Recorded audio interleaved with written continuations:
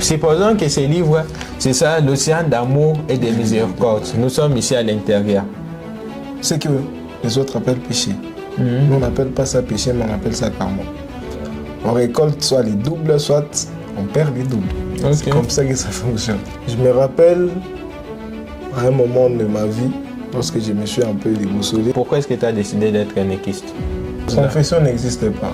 Okay. Déjà, la loi du pardon, là, ça n'existe pas. Okay. Donc, l'amour en éconcar, vraiment, c'est la base de toute chose. Okay. Sans l'amour, on ne peut rien faire. Et une fois qu'on est dans l'océan d'amour et de miséricorde, qu'est-ce qui nous attend? On peut faire comme un jeu. Plus tu échoues, plus tu reprends au même niveau. Okay. Plus tu réussis, tu montes au niveau supérieur. La vie est un éternel recommencement. Il faut juste une petite pause pour que tout recommence. Une personne vient au monde comme c'est vert. Oui. Elle vient comme ça sans rien. Il y a une petite anecdote que tu peux raconter pour un peu nous faire comprendre le karma. Bon, là tu vas me parler d'abord de l'Ekanka. Pourquoi est-ce que tu as décidé d'être un équiste tandis que dans ce monde il y a beaucoup de religions, beaucoup de croyances et autres? Pourquoi est-ce que tu as décidé d'être un équiste? Déjà, je n'ai pas décidé d'être un équiste, mais j'étais destiné à être un équiste. Ok. Wow. Parce qu'on est encore, on nous parle des vies passées, des vies présentes et des vies futures. Certes, si j'avais vécu une autre vie dans le passé, dans cette vie présente, je devais être équiste. Et concrètement parlant, je n'ai pas fait le choix d'être en Éconcar, mais j'ai grandi en Éconcar. Ok. Comment expliquer? Tu as dit que tu n'as pas décidé d'être un équiste, mais tu étais destiné. Oui. Qu'est-ce que tu voulais dire par là? Bon, en soi, dans mon parcours sur ces plans physiques, il était destiné qu'un jour, je finisse par être équiste. Ok. Wow. Et parlant de la destinée, donc pour vous, les équistes, vous croyez que non? Tout est déjà écrit, ou soit vous croyez que une fois que nous sommes nés, nous façonnons notre avenir par les choix que nous allons prendre? Ouais, déjà, lorsque nous naissons, ça veut dire qu'on a une vie passée. Si on avait déjà réalisé la réalisation des choix et la réalisation de Dieu, on ne devait plus se réincarner. Okay. Vu qu'on se retrouve ici présentement, ça veut dire que dans la vie passée, on n'a pas pu réaliser cela. Et en soi, dans cette vie présente, ce sont les actions que tu es en train de s'aimer qui vont faire en sorte que tu puisses récolter soit la réalisation de soi et la réalisation de Dieu. Donc, en soi, c'est là qu'intervient la loi du karma. Donc, tout ce que tu sèmes, c'est tout ce que tu récoltes. C'est un peu comme ça. Ok, parlons de la réalisation de soi et la réalisation de Dieu. Oui. C'est quoi déjà la réalisation même en soi-même? Bon, la réalisation de soi, c'est lorsque tu atteins les niveaux de conscience ultime. Ok. Lorsque tu atteins ces niveaux de conscience là où tu n'es plus censé revenir ici pour te réincarner encore. Okay. Quand tu as accompli, tu as payé tous tes karmas positifs, tout comme tu as récolté tes karmas positifs. Et puis, la réalisation de Dieu, c'est lorsqu'on atteint ces niveaux de conscience ultime. Lorsqu'on accomplit vraiment la réalisation de soi, lorsqu'on quitte la réalisation de soi directement, c'est la réalisation de Dieu. Ok. Et quand est-ce que même la conscience ultime, disons, quand est-ce qu'elle commence? Quand est-ce qu'on commence à se réaliser, disons?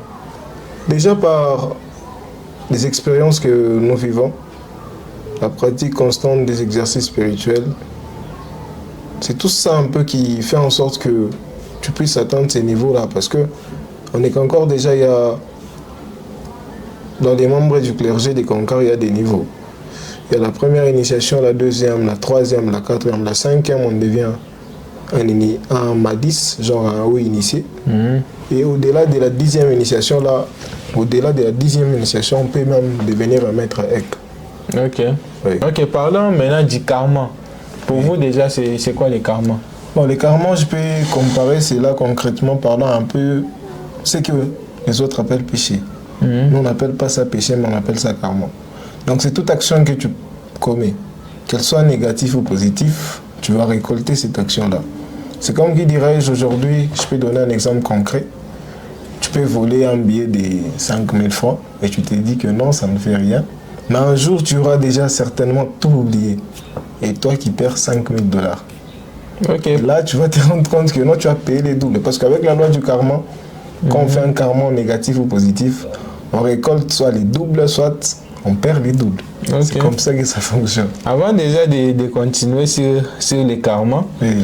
genre il y avait une idée qui m'est venue à la tête pour savoir, supposons qu'une personne a un mauvais karma Oui. et que cette personne n'a pas s'est confessée. Est-ce que chez vous, chez Kanka, il y a ces Non, la choses-là? confession n'existe pas. Ok. Déjà, la loi du pardon, là, ça n'existe pas. Ok, Voilà. parce que Donc- des fois, je vois ça dans notre religion. Oui, certes. Bon, c'est une analyse aussi que j'ai remarqué. Ils disent que non, Dieu t'a pardonné, mais plus tard, tout ce que toi tu as laissé, eh bien ça revient sur tes enfants, ça revient sur toi-même. Et pourtant, toi tu as déjà affirmé que non. Déjà, Ok. la vie, c'est un cycle. C'est un peu comme une roue. Ok. Donc, ce que tu sèmes, tu vas récolter. C'est ça. Ok, je comprends maintenant. Ok, continuons maintenant avec les karmas. Oui. Comment est-ce qu'on peut briser un mauvais karma? On peut briser un mauvais karma lorsqu'on l'a payé. Et on peut les briser toutefois aussi en posant des bons karmas. Donc en posant des bonnes actions, en donnant de l'amour à tout être vivant. Parce qu'on est encore même un insecte, c'est un être vivant, c'est une âme. C'est comme ça, donc il faut donner de l'amour à toute chose. Ok, très intéressant déjà. Parlons de l'amour. Oui. C'est quoi votre conception de l'amour? Donc l'amour, déjà, c'est ça la base de tout enseignement. Ok. Déjà, les chants de Dieu, qui est la prière de base, c'est un ancien nom de Dieu qui, quand tu les chantes, il te remplit de l'amour. Donc après avoir chanté les You, même quand tu finis un exercice, tu fais ton chant de You, après tu vas te rendre compte que même ton intérieur et tout, tu ressens une certaine joie, un certain amour à donner aux autres. Donc une certaine énergie positive à partager aux autres. Donc l'amour en Ekankar, vraiment, c'est la base de toute chose. Ok. Et Sans l'amour, on ne peut rien faire. ça vient d'où ces concepts-là de you? You. You, c'est un ancien nom pour désigner Dieu. Ok. Ouais. C'était un ancien nom pour désigner Dieu. Et c'est ça même la prière des bases en Ekankar. Ok. Vous croyez aussi aux choses là, bon, aux idées pour dire que non, il y a plusieurs dieux, des dieux lumière, des solaires. Non, il n'y a qu'un seul Dieu, c'est les Sougmad. Hmm? Il n'y a qu'un seul Dieu, le Dieu suprême, c'est les Sougmad. Les Sougmat, c'est comme ça que vous l'appelez. Oui, oui. Ok. Et en continuant avec les karmas, Oui. supposons maintenant qu'une personne décède sans pour autant qu'elle puisse payer son karma. Oui. Dans ce cas-là, cette personne va encore se réincarner jusqu'à ce qu'elle payera son karma. Donc c'est une Ok. roue, c'est un cycle qui continue. C'est comme ça que ça fonctionne. Donc, tant que tu n'as pas payé tous tes karmas, tu ne peux pas aller dans l'océan d'amour et de miséricorde pour les repos maintenant. Ok. Et avant de continuer sur les karmas, Oui.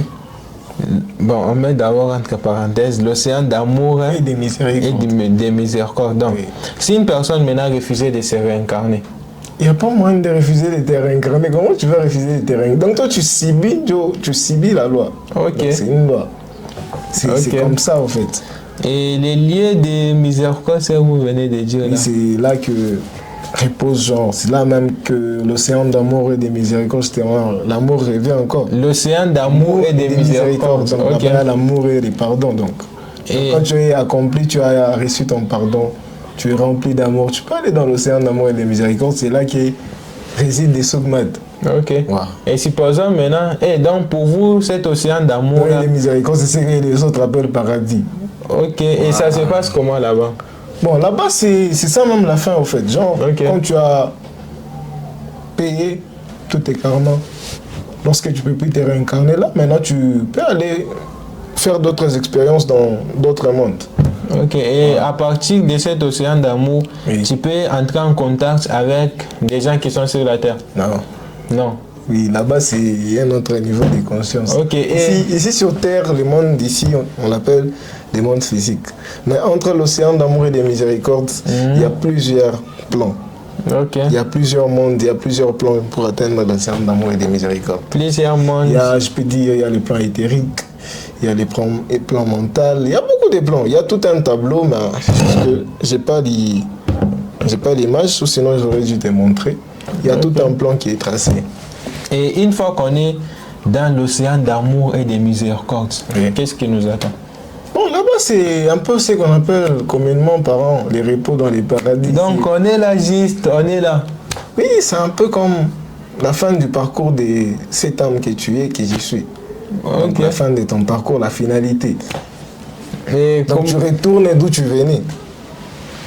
comment est-ce Donc, que... nous tous, on vient de là et on est censé retourner.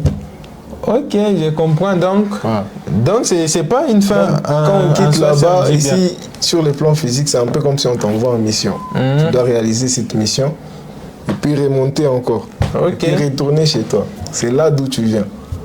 C'est là d'où je viens, donc c'est la source. Donc, si on disait bien, une fois que les gens sont dans l'océan de l'amour et de miséricorde, ils peuvent encore retourner pour une autre mission. Non, non. Si tu retournes là-bas, donc ça veut dire que non, tu as fini ton parcours. C'est ce que tu viens de dire. On t'a dit que non, on vient de là et on doit encore retourner Si on là-bas. retourne de là, c'est là ton origine, donc tu On retournes. vient de là, tu vois. C'est On genre vient de comme... là, mais quand on nous a envoyés ici sur Terre, on est en train d'exécuter un certain processus, non? Par exemple, je vais te dire, hein. Oui. Tu as dit, supposons que ce livre, c'est ça, l'océan d'amour et de miséricorde. Nous sommes ici à l'intérieur. Comme finalité, vous avez dit que non, dans l'océan d'amour, c'est la fin. Oui. C'est la fin, donc c'est genre comme le paradis. Et à un certain moment, vous avez dit encore que non, nous venons de là, nous devons faire réaliser un objectif sur Terre, puis encore retourner de l'autre côté. Comment expliquer ça? Donc c'est tout un processus, je peux dire. Ok. Donc on était des âmes, on est des âmes qui étions des bases dans l'océan d'amour et de miséricorde. Et pour notre croissance, on nous envoie sur le plan physique afin d'apprendre. Ok. Et puis quand on finit des processus d'apprentissage, la finalité c'est retourner maintenant. Genre c'est comme si tu devenais un peu comme un enfant accompli. Et supposons maintenant, bon, parlons des âmes. Oui. D'où est-ce que ces âmes-là, d'où est-ce que nos âmes, bon, je ne sais pas vraiment si je dois croire à ça, si je crois en ça ou pas, mais d'où est-ce que ces âmes-là viennent? Donc en sort toute chose, toute créature en fait c'est une âme. Toute créature c'est une âme, c'est comme ça en étant cas. Ça vient d'où? Où est-ce qu'elles naissent là même? Départ la création, genre, départ la création de toutes choses, des sougmas de Dieu suprême, tant qu'il avait créé toutes choses. Il nous a conçus nous tous comme étant des âmes Ok. qui sont censés faire un processus d'épanouissement. Et quand ce processus d'épanouissement est fini, là on devient un enfant accompli, donc une âme accomplie. Ok. Oui. Revenons à la destinée. Vous avez dit que non, tout est déjà écrit. Non, pas que tout est déjà écrit, mais tout est déjà tracé, c'est un processus. Ok, tout est déjà tracé, un processus. Et supposons maintenant, une âme venait ici sur Terre, Oui. et que cette âme-là, comme vous venez de le dire, que non, tout est déjà tracé, et qu'elle commençait l'impudicité. Vous voyez déjà, là aussi on a parlé, à un moment là on a parlé des actions que nous posons aussi. Ok. Parce que les actions que nous posons aussi, ça impacte un peu aussi ces processus. Donc ces actions-là sont Donc, déjà plus tu tracées. poses des mauvaises actions et que tu n'accomplis pas, donc tu ne payes pas tes mauvais karmas. C'est un peu comme si tu retardes les processus. Au juste, qu'est-ce qui est tracé? Les actions ou soit... Non. Donc, en fait, c'est tout un processus. Bon, on t'envoie sur Terre. C'est un peu comme si on t'envoie en mission. Plus tu fais des erreurs sur la mission, c'est un peu comme si tu perdais ton temps. Donc, On peut faire comme un jeu. Plus tu échoues, plus tu reprends au même niveau. ok. Plus tu réussis, tu montes au niveau supérieur. C'est un peu comme ça. Donc, si- Concrètement parlant. Donc si vous disiez que tout est déjà tracé, c'est juste l'objectif final. Oui. Vas-y là-bas et fais ça. Non, c'est pas carrément vas-y là-bas et fais ça, parce que quand tu arrives ici sur cette terre, donc sur ces plans physiques, il y a tout un mode, il y a donc il y a d'autres lois aussi qui sont ici sur terre. J'espère que tu sais qu'il y a des lois. Donc, en soi, ça ne sera pas facile. Dans les processus d'apprentissage, ça ne sera pas facile. Il y aura toujours des trébuchements, des choses du genre. Et puis après, plus tu es en train de croître, plus tu es en train de t'améliorer. Donc tu rebondis à partir de chaque échec que tu remets. Donc tu avances. Ok, bon, ça, moi je voulais comprendre. C'est juste l'idée là de dire que tout est déjà tracé. Parce que vous venez de dire que non, ce n'est pas les actions qui sont tracées. Et j'ai dit, si les actions ne sont pas tracées, alors c'est le but final et vous avez contredit cette idée-là. Qu'est-ce qui est déjà tracé? Non, en soi, c'est pas question d'être tracé. C'est question aussi de toi, l'âme qu'on a envoyé sur cette terre. Tu vas trouver des choses ici sur terre. Il y a des choses comme la vanité, la cupidité, la luxure. Ces choses-là, bon, on appelle ça un peu, je peux dire les 5 passions. Bon, il y en a 5 passions, il y a la cupidité, la luxure, la vanité. Les 2 autres m'échappent. Bon, ça fait longtemps, tu vois, non? Genre, si tu t'enfonces dans ces choses-là, c'est ce qui va te pousser à faire des carrément négatifs. Bon, tu es cupide, hein? Tu aimes l'argent. Et tu vois une autre personne qui a beaucoup d'argent et du coup, tu commences à envier son argent, tu lui voles son argent. Donc, là, dans ce sens-là, donc, ça dépend aussi de la personne que tu es, au fait, genre, comment tu vis aussi. Genre, dans les processus, au fait, c'est pas que quand on vient directement ici, on est accompli, non. C'est pourquoi il y a aussi ce dont on t'en a parlé au début, la réincarnation. Donc, tu as vécu plusieurs vies. Et les résultats des vies passées, c'est ce que tu vis aujourd'hui. Donc, si tu n'améliores pas cette vie présente, donc ça veut dire que tu vas encore retourner dans les mêmes processus. Ok, donc vous êtes d'accord avec la citation qui dit « La vie est un éternel recommencement. Il faut juste une petite pause pour que tout recommence. » Bon. Je ne saisis pas vraiment trop la quintessence de cette citation, mais c'est un peu dans ce genre-là. Ok. Oui. Jusque-là, je n'ai pas toujours compris l'essence de dire tout est tracé. Genre, une personne vient au monde comme c'est vert. Oui. Elle vient comme ça, sans rien. Et puis, c'est à partir d'elle-même, ses propres choix, qu'elle va créer ses propres karma. Ou soit, elle vient avec tout ce qu'elle a subi dans ses vies antérieures. Et puis, c'est pas moi si c'est pour arranger ça ou soit pour encore empirer les choses.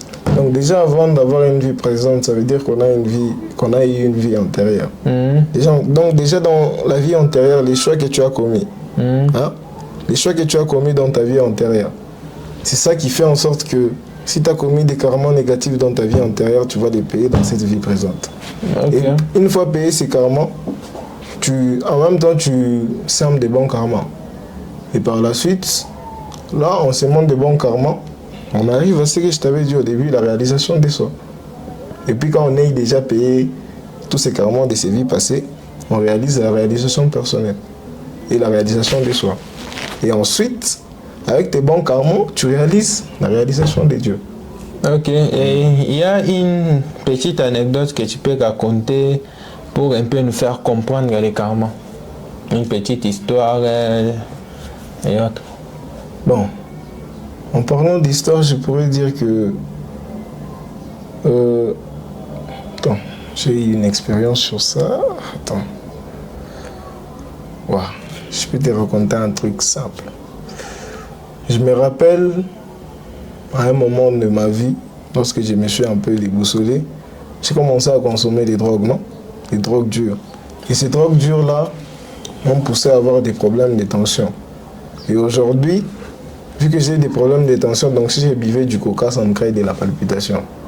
Donc là, dans cette situation, c'est un peu comme le fait de prendre des drogues. C'est ce qui a fait en sorte que je sois incapable de boire du coca aujourd'hui. Donc si j'en prends, j'ai subi la conséquence qui est la palpitation. Déjà là, je serais mal à l'aise. Donc je pourrais dire un peu, illustrer un peu dans ce sens-là à propos de ma propre vie.